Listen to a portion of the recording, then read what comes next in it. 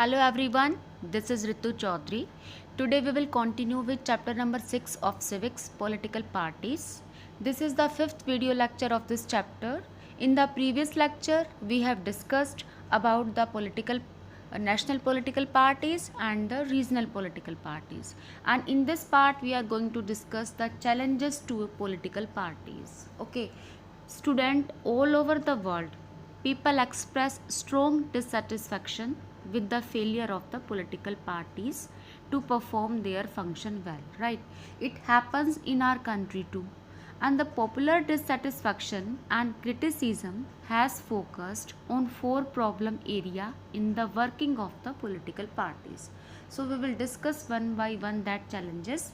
The very first challenges of the political party is lack of internal democracy. You have to underline in your book also, lack of internal democracy. Internal मतलब उनके अंदर जो political party के जो अंदर democracy होती है उसकी कमी, right?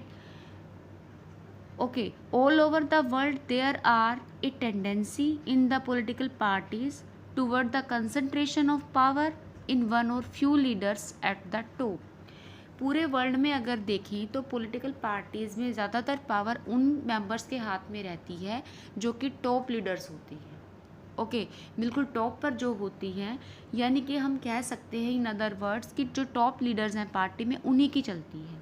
And party don't keep membership register, कोई जो उनकी मेंबरशिप है उसका कोई रजिस्टर नहीं होता, don't hold organizational meeting and don't conduct internal elections regularly. तो ये सब प्रॉब्लम आती है कि कोई उनके प्रॉपर इलेक्शन नहीं होते, किसी भी राय को लेकर कोई भी डिसीज़न अगर लिया जाता है तो वो सबकी राय नहीं ली जाती, सिर्फ जो भी डिसीज़न होता है वो कुछ टॉप मेंबर्स के हाथ में, यानी कि we can say that leaders के हाथ में ही होता है। ऑर्डिनरी जो मेंबर है ऑफ द पार्टी के don't get sufficient information on what happen inside the party, कि पार्टी के अंदर बेसिकली चल क्या रहा है उनको इस बारे में कोई भी जानकारी नहीं होती। So they don't have the means और the connections okay needed to influence the decisions. वो बिल्कुल उनको कोई फ़र्क नहीं पड़ता, कुछ पता ही नहीं होता कि उनको क्या डिसीज़न लिए जाती हैं। As a result the leader assumes greater power to make decisions in the name of the party.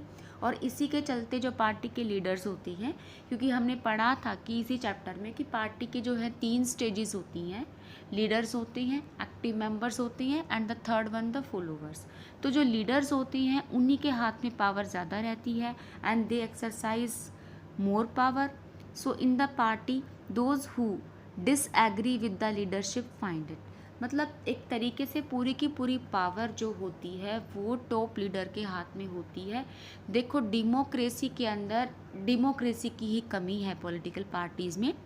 Democracy मतलब हर एक को मौका नहीं दिया जाता आगे आने का, हर एक की राय नहीं जानी जाती, यानी कि पार्टी की पावर फ्यू हैंड्स के अंदर ही रहती है, फ्यू हैंड तक ही जो है वो सीमित है, राइट? तो ये कौन सा है, हमारा फर्स्ट चैलेंज है ये। Now we will talk about the second challenge. अब सेकंड चैलेंज में क्या है, डायनेस्टिक सक्सेशन। डायनेस्टिक सक्सेशन का मतलब देखो डायनेस्टी होती है मतलब पीढ़ी दर पीढ़ी सक्सीडेड होते चले जाएं, यानी कि एक के बाद एक दूसरा आता चला जाए कैंडिडेट। एक तरीके से हिंदी में हम इसको कह सकते हैं कि भाई भतीजावाद। ओके, तो ये सबसे बड़ा चैलेंज है, ये भी सेकंड बिगेस्ट चैलेंज है पॉलिटिकल पार्टीज़ का। Related to the first one, थोड़ा बहुत फर्स्ट वन से रिलेटेड है। Since most political parties don't practice open and transparent procedures for their functioning, so there are few ways for a ordinary worker to rise to top in the party. कुछ ही ऐसे तरीके हैं। Those who happen to be the leaders are in a position of the unfair advantage to favor people close to them or even their family members। सीधा सा मतलब यहाँ पे क्या है कि जो पार्टी के देखो फर्स्ट से रिलेटेड कैसे है ये, फर्स्ट चैलेंज से रिलेटेड, क्योंकि फर्स्ट चैलेंज में हमने क्या डिस्कस किया था कि इंटरनल डेमोक्रेसी की कमी है, यानी कि जो पार्टी है पार्टी के अंदर जो टॉप लीडर्स हैं उनकी ही चलती है।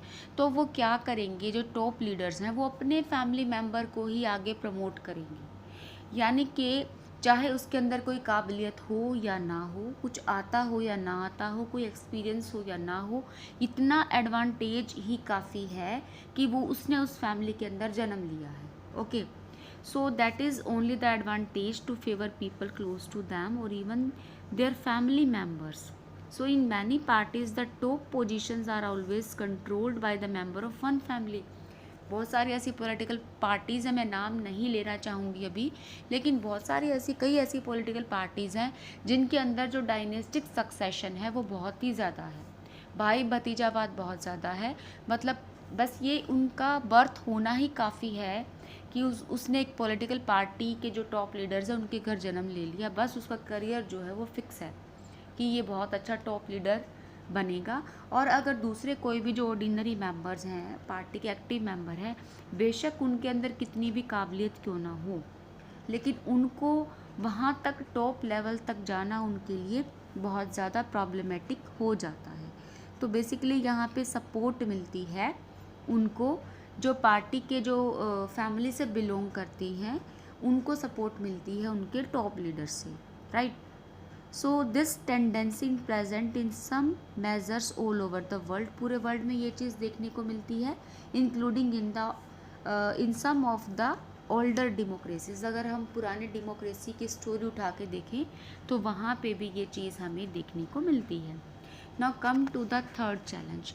The third and the biggest challenge is the money and the muscle power. देखिए, मनी एंड मसल पावर, यहाँ पे मसल पावर का मतलब ये नहीं है कि बहुत जैसे पहलवान टाइप हो गए या बहुत ताकतवर हो गए. मसल पावर का मतलब यहाँ पे है कि क्रिमिनल कनेक्शंस. ओके, तो जो ये money and muscle powers in the parties specially during elections जो है वो दिखाई जाती है. Okay, since parties are focused only on winning elections. अब जो पार्टी है, पार्टी के जो लीडर्स हैं, उनका बेसिकली एक ही फोकस होता है कि हमें इलेक्शन विन करनी है, चाहे जैसे तैसे हमें करनी पड़े. So they tend to use shortcuts to win the election. और इन दिस वे वो शॉर्टकट यूज़ करती हैं और मनी बहुत सारी यूज़ करती हैं. बेसिकली वो उन कैंडिडेट को नॉमिनेट करती हैं, those candidate who have can raise lots of money, जो बहुत सारा मनी जिनके पास है, जो रिच कैंडिडेट हैं या फिर उनकी पार्टी को बहुत सारी फंडिंग दे सकते हैं, बहुत सारे पैसे दे सकते हैं, उनको वो नॉमिनेट करेगी किसी पर्टिकुलर एरिया से, वहाँ से मतलब उनको टिकट दिलवाएगी, देगी उनको. So rich people and the companies who give fund to the parties tend to have influence on the political and decision of the part. in some जो केसेस हैं, पार्टीज सपोर्ट क्रिमिनल्स. बहुत सारे cases में जो party criminals को भी support करती हैं. अब ये क्रिमिनल यहाँ पे क्या है, मसल पावर. क्यों? क्योंकि उनको तो सिर्फ जीतना है, और जीतने के लिए अगर किसी पर्टिकुलर एरिया में कोई क्रिमिनल है जिससे सारे लोग डरते हैं, हो सकता है उसके डर की वजह से उनके फेवर में उनको वोट मिल जाए, या फिर उनकी एक सीट आ जाए जो वहाँ पर अगर किसी क्रिमिनल को उन्होंने वोट दिलवा दी तो उनको बेसिकली जीतने से मतलब होता है. तो इस तरह की वो टेंडेंसी में जो है इंडल्ज होती हैं. सो जो डेमोक्रेट्स हैं all over the world are worried about the increasing role of rich people and the big companies in the democratic politics. Okay, तो ये था हमारा मनी एंड मसल पावर, जो कि बहुत बड़ा चैलेंज है किसके लिए, पॉलिटिकल पार्टीज़ के लिए. And now the fourth challenge is the lack of meaningful choice. यहाँ पे देखिए, मीनिंगफुल चॉइस यानी कि हम जो कॉमन पीपल हैं, अगर देखो ये तो डेमोक्रेसी के अंदर है कि हर 5 साल के बाद इलेक्शन होंगी, अगर हमें कैंडिडेट पसंद नहीं आता या फिर हमारे अकॉर्डिंग काम नहीं करता या कोई वेलफेयर स्कीम्स नहीं लाता या कोई भी मतलब काम ढंग से नहीं करता, तो हमारे पास ऑप्शन है कि हम उसको रिप्लेस कर देते हैं आने वाले इलेक्शन में. लेकिन रिप्लेस करने वाला क्या ये सब काम कर देगा? अब क्वेश्चन ये है कि जिसको हम रिप्लेस करेंगे क्या वो उसके जैसा नहीं है? वो कहावत है ना कि चोर चोर मौसेरे भाई. तो अगर एक पॉलिटिकल पार्टीज़ ने हमें सेटिस्फाई नहीं किया तो इस बात की क्या गारंटी है कि जो दूसरी पॉलिटिकल पार्टी है या उस दूसरी पॉलिटिकल पार्टी के अंदर जो लीडर है, जिसको हम जो है इलेक्ट करेंगे, जिसको हम वोट डालेंगे, वोट देंगे, क्या वो सही चॉइस है हमारे लिए? तो यहाँ पे देखने को मिलती है लैक ऑफ मीनिंगफुल चॉइस, कि हमारे पास चॉइसेस ही नहीं है. भाई अगर हम इसको वोट करेंगे इसको भी यही करना, उसको वोट देंगे तो उसको भी यही काम करना, यानी कि कोई स्पेशल काम करने वाला है ही नहीं। आपकी बुक में कुछ एग्जाम्पल्स भी दिए गए हैं इसके रिगार्डिंग, जैसे कि इंडिया के एग्जाम्पल्स में हम देखते हैं, for example in our country differences among all the major parties on the in the economic policies have reduced। अब जो इकोनॉमिक पॉलिसी है, एक पर्टिकुलर पार्टी जो है वो एक इकोनॉमिक पॉलिसी लेकर आई, दूसरी भी उससे सिमिलर ही ले आई, तो हमें तो मतलब दोनों चीज़ें सेम सेम मिली ना, कोई डिफरेंस मिला ही नहीं। So those who want really different policies so have no option available to them, उनके लिए कोई ऑप्शन है ही नहीं। भाई उनको तो इसको वोट करना है, जितने कैंडिडेट खड़े हैं, भाई ये कैंडिडेट यहाँ से है, ये कैंडिडेट यहाँ से है। कई बार ऐसे होता है ना कि कैंडिडेट के नाम पे मतलब पार्टी के नाम पे भी वोट देते हैं, तो यहाँ पे एक मीनिंगफुल चॉइस की कमी है, यानी कि जो भी हमारे पॉलिटिशियंस हैं, पॉलिटिकल लीडर्स हैं, इस बात की कोई गारंटी नहीं है कि वो अच्छी स्कीम्स लेकर आएँ, अच्छी इकोनॉमिक पॉलिसीज़ लेके आएँ या अच्छी वेलफेयर स्कीम्स प्रोवाइड कराएं कॉमन पीपल को।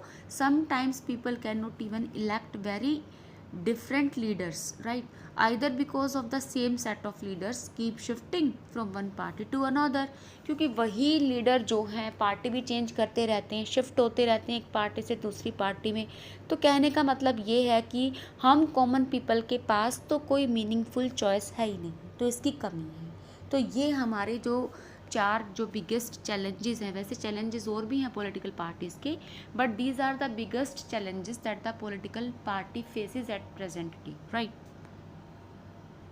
Okay, that's all for today's lecture. In the next video lecture of the chapter, we will discuss about how can parties be reformed. Fine. So thank you for being with me.